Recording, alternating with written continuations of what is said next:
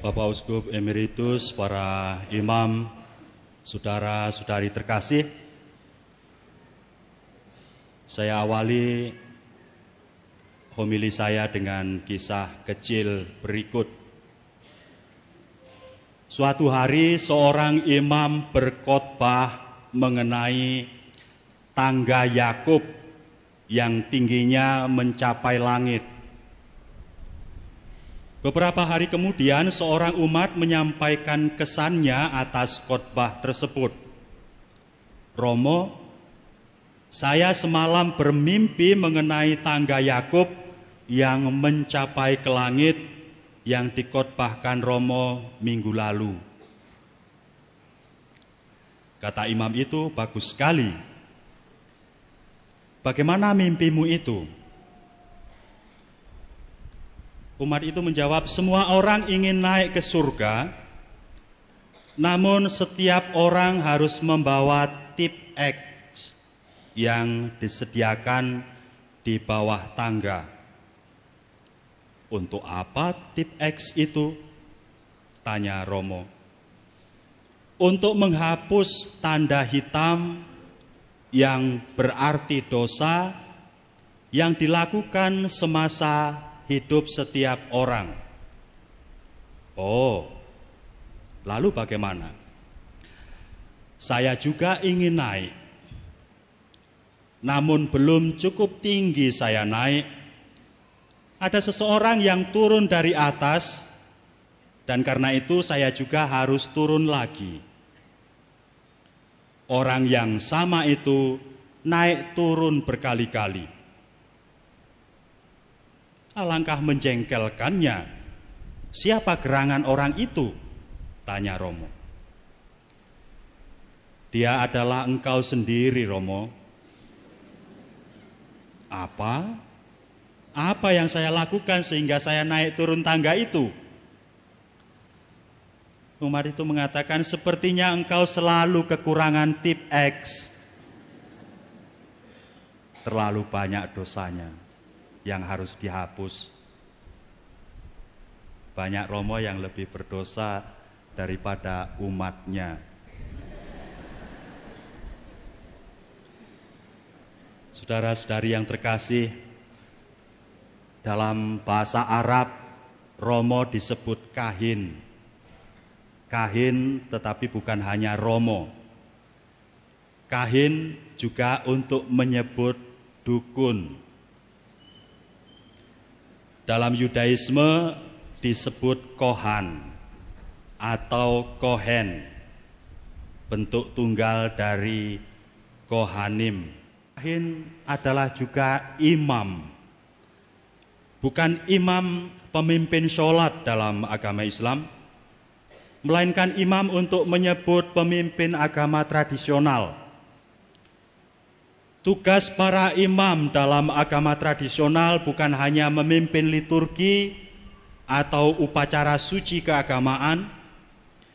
Dalam agama tradisional, para imam biasanya diyakini mempunyai kemampuan supranatural sehingga bisa meramal kejadian, melihat masa depan, menolak bala, menyembuhkan penyakit, bahkan bisa berbicara dengan roh nenek moyang.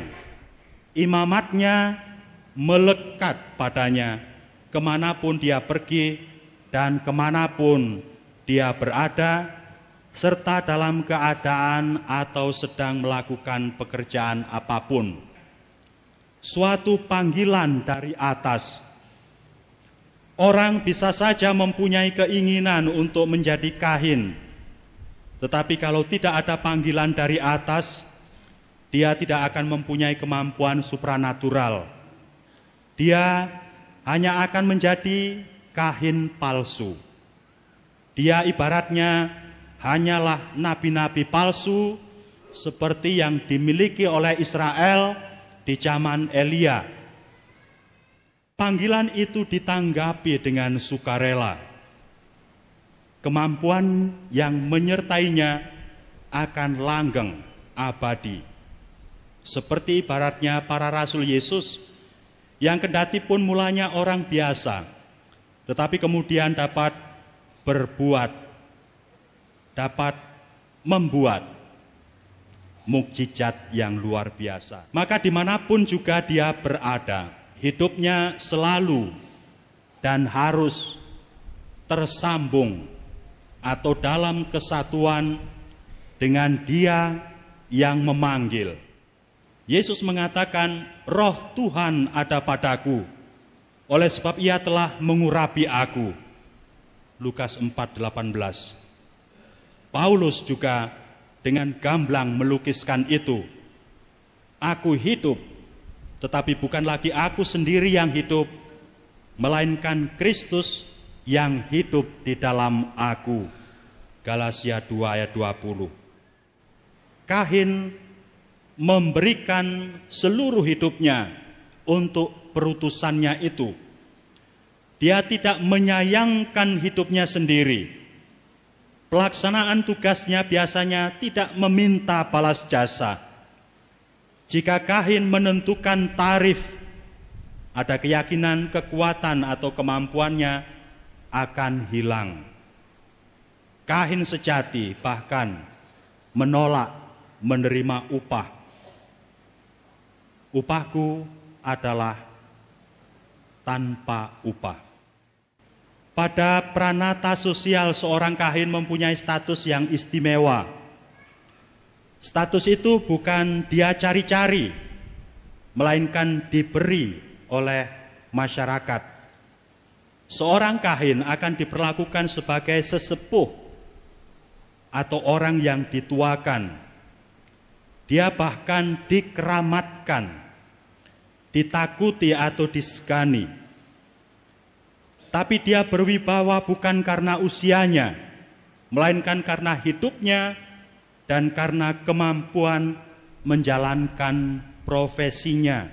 Katolik yang berbudaya Arab menyebut para imamnya juga dengan istilah kahin.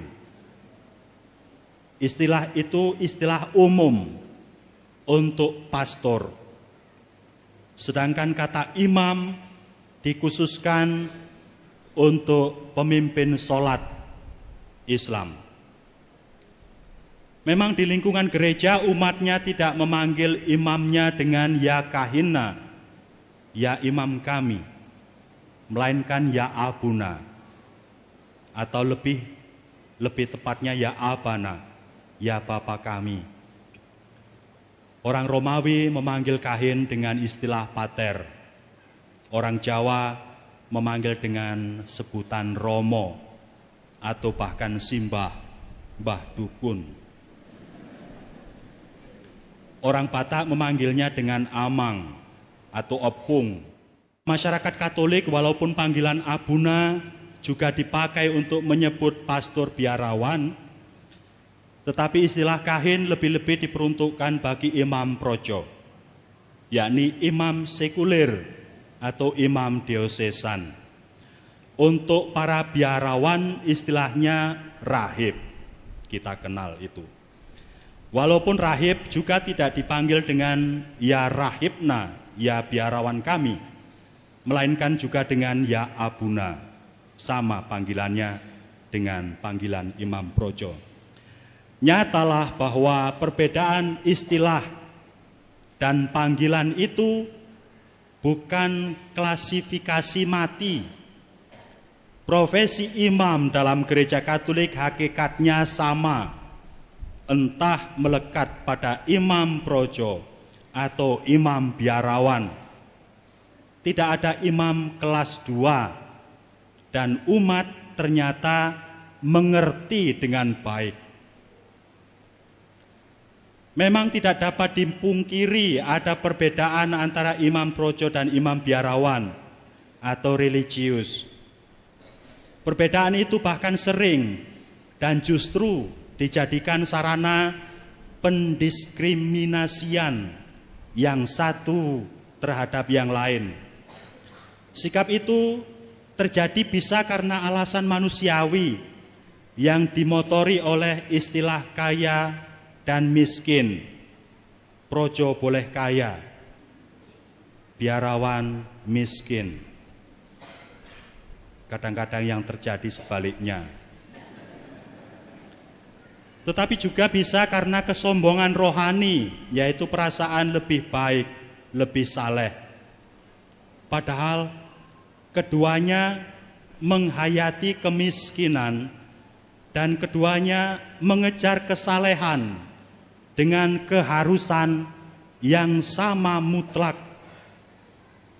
Dalam pengendalian nafsu seksual misalnya, keduanya juga mempunyai kewajiban untuk bertarak sempurna.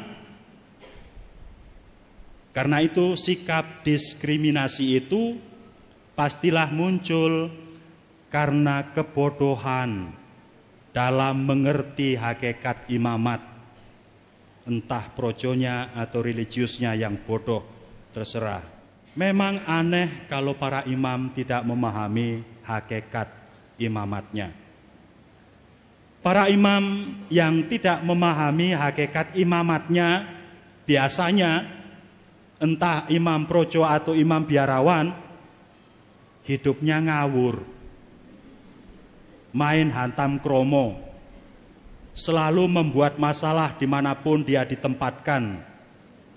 Dia menyulitkan pimpinannya, menyulitkan rekan kerja sesama imam, dan menyulitkan umatnya juga. Imam jenis Sontoloyo ini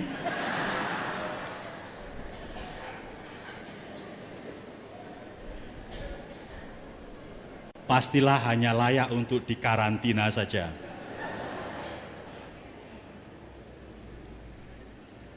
Yesus memanggil dan mengutus para rasulnya dengan membekalinya dengan bermacam-macam kemampuan.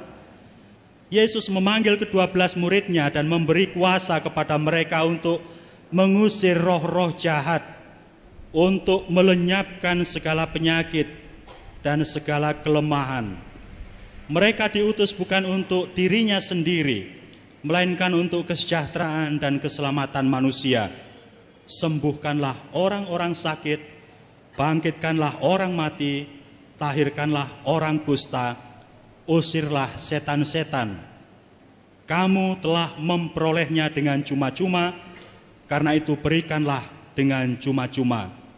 Matius 10 ayat 8. Maka kalau mau adu kekuatan magis, seharusnya imam dalam gereja Katolik lebih dari sekedar kahin atau dukun. Dia adalah imam yang tak mungkin terkalahkan oleh kuasa apapun. Imam seharusnya bisa dan berani berujar seperti pemazmur, Tuhan ada di pihakku, siapa akan ku gentari. Juga dalam pelaksanaan kebenaran, imam tidak pernah boleh takut. Lebih jauh, imam bukan hanya tak akan terkalahkan, tetapi juga akan menjadi pemenang. Percayalah, dengan iman yang teguh dan tak tergoyahkan, bahwa Kristus telah memilih orang-orang menjadi imamnya. Kristus yang telah memilih imam-imam itu bukan hanya memberi mereka kuasa, dia bahkan memberikan dirinya sendiri pada para imam. Maka para imam membawa Kristus, Putra Allah yang Maha Tinggi itu, yang mengalir dalam dirinya. Para imam membawa segala kekuatannya dalam hidupnya. Para romo yang terkasih, yakinkanlah dirimu seperti Kristus. Roh Tuhan ada padaku, oleh sebab Ia telah mengurapi aku. Maka sembuhkanlah orang-orang sakit, bangkitkanlah orang mati, tahirkanlah orang kusta, usirlah setan-setan. Kamu telah memperolehnya dengan cuma-cuma, karena itu berikanlah dengan cuma-cuma. Tuhan memberkati kalian.